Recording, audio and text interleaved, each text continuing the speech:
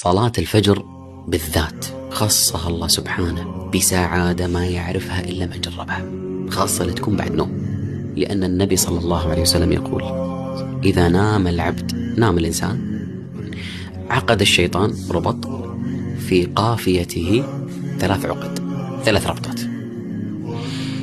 فإذا قام العبد فذكر الله، قام، الحمد لله الذي أحيانا بعدما أماتنا وإليه النشور، قام من النوم ذكر الله، انحلت عقدة. فإذا توضأ انحلت عقدتان، العقدة الأولى قام وذكر الله، العقدة الثانية توضأ. قال عليه الصلاة والسلام: فإذا صلى الصبح، صلى الفجر، انحلت جميع العقد، ثم أصبح نشيطا طيب النفس. الفجر. بسم الله والصلاة والسلام على رسول الله. السلام عليكم ورحمة الله وبركاته. مرحبا بكم الكل في أول فيديو في 2026 مع بداية هذا العام. إن شاء الله عام مبروك علينا الناس الكل يا ربي. قررت باش نرجع لليوتيوب بطريقة جديدة. أول حاجة عملتها غيرت اسم القناة ركن أمينة، حبيتها تكون مساحة هادئة للمرأة المسلمة في بيتها، نشارك فيها معكم إن شاء الله أفكار بسيطة ومفيدة: تنظيم البيت، تربية الأولاد، التخطيط والتنظيم، متابعة دراستهم ودراسة الأولاد، وتربية وأفكار هكا، ومطبخنا اليومي اللي ديما متواجدين فيه. المحتوى إن شاء الله باش يكون متنوع، فيه كل اللي يهم المرأة المسلمة في حياتها اليومية، هني باش نتعاونوا على نشر الخير والمحتوى المفيد إن شاء الله. كل شيء على راحتنا إن شاء الله وبنية طيبة، والهدف الواحد والوحيد هو فائدة ترضي ربي وتنفع بيوتنا بإذن الله. انشروا الطاعات، لا تتركوا الساحات لأهل المعاصي فقد أرهقنا ذلك، فكما أن للباطل من يروج له، ينبغي للحق أن يكون له من ينشرها. لا تخافوا من الرياء، فالرياء نية، والله وحده يعلم ما في القلوب. اجعلوا وجودكم في منصات التواصل الاجتماعي نورا، فالعمر يمضي والفتن كثيرة والأمة تحتاجنا. حبيت نرجع بكم التالي في أول فيديو نعلق على اللقطات الأولى. الحاصل اليوم بديت مع صلاة الفجر، إن شاء الله صلاة الفجر خير من الدنيا وما فيها. إن شاء الله في فيديوهات أخرى نعمل عليها محتوى. بعدها قعدت نكمل في العناية الذاتية، العناية بالبشرة، عملت فلاش على شرب الماء، أهمية يعني في الجانب الصحي والكل، تو نحكوا عليها إن شاء الله مرة أخرى. بعد الفطور قعدت نرتب في المطبخ وغسلت الماعون. بعد عندي هيك خرجة جبت فرش جديد للسرة متاع الأولاد، فرش عجبني ياسر، حصيله حسيته هيك عملي، يعني عندي اللي بلاش أوس معناتها بلاش ستيك وهذوما كل نوعية جديدة اللي فيهم العلوشة، كان الملمس متاعهم الكل دافي والكل، كان لقيته منها اشرو منها، عجبني هذا هو الفرج، حتى اللون متاعه محلاه هيك كالم ودافي هيك كيف الكابتشينو هيك يظهر لي لونه هيك نحو حصيله. ان شاء الله نوريكم فكرة هيك عملتها مع الأولاد في تحفيظهم للأذكار الصباح والمساء وأذكار قبل النوم. رجعت بكم شوي فلاش هيك باش نوريكم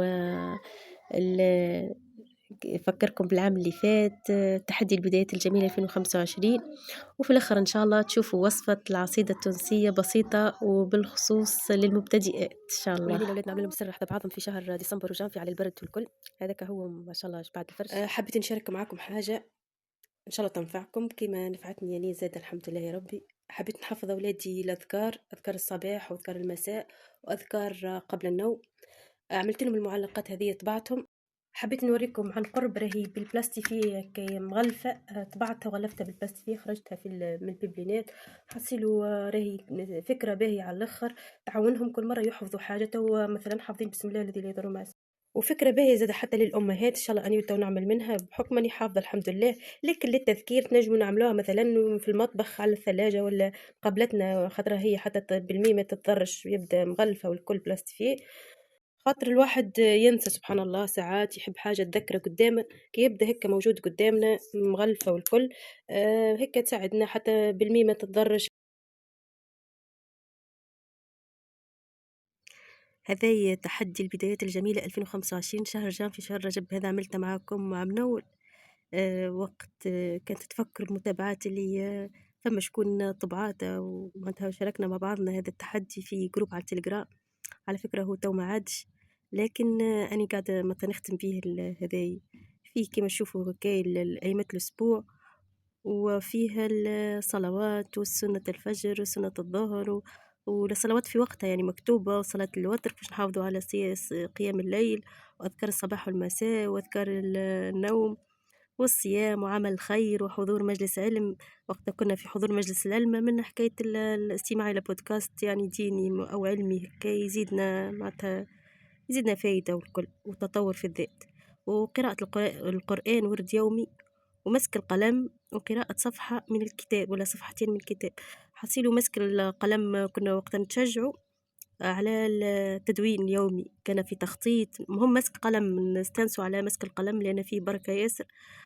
كما قال ربي في القرآن والنون والقلم وما تسطرون، معناتها فيها ياسر حكمة المسك القلم. حصيلوا وكانت يعني نختاروا كتاب نقرأ صفحتين نشوفوا تشجيع، مش بشرط هي الواحد يعني باش يعملهم الكل في كامل أيام الأسبوع، لكن كثرة أنك أنت تعمل علامات والكل يعني حاجة تشجعك. ووقتها كنت عملت الفكرة كما قلت لكم في حكاية طبعة الأذكار والكل، شوفوا بالبلاستيفي مطبوعة وتكون بالبلاستيفي تكون تسهلنا حكاية العلامات كي نعملوهم، تكون النوت هكايا كل أسبوع مش يعني ورقة ونعاود ورقة أخرى وكل. كان اسم القناة وقتها أم مسك. حصيلوا هذا حبيت أشاركها معاكم وإن شاء الله نعملوا به الكل. باش نشارككم العصيدة اللي تصعب عليها العصيدة وكيفاش طيبها والكل. هذه طريقة سهلة طبعا للمبتدئات اللي تعرف هذيك ما شاء الله عليها. باش نعطيكم فيها أستيوس. تو عملت المي والحقيقة مي عيني ميزان، يا هيك مثلا عندي هذه فيها الواحدة ديجراداسيون. عملت محسوب لتر فوق لتر شوي معناتها مي فوق لتر شوي مي. عملت الملح. تو باش نعمل الفرين.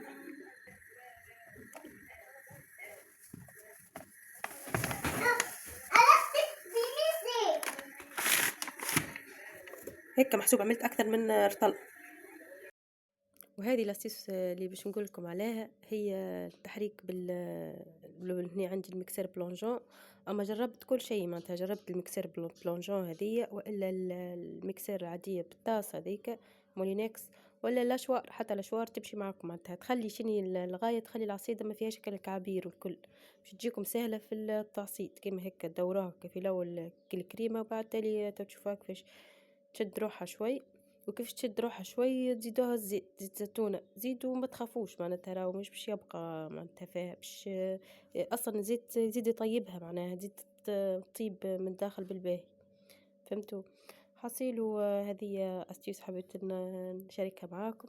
اللي متعرفاش راني قدام كنت نعمل في الغربال الطريقة هذه متاع العصيدة، ونعمل بعد ما نحرك في الماء والكل والملح نحط غربال ونصفيه باش يتنحك الكعابير اللي محطوطة الموجودة في الفرينة الحصيل. وهيك طابت بعد ما جنتها عصتها هكا بالباهي، حطيتها كما هكا في المعون باش نحط فيه، وعملت له شوي هني عسل وزبدة، وكان هو الحمد لله. ان شاء الله قسمكم في الجنة، وان شاء الله عجبكم الفيديو، ونوصل بكم لاخر الفيديو ان شاء الله. ربي معاكم وننتظر في تعليقاتكم. السلام.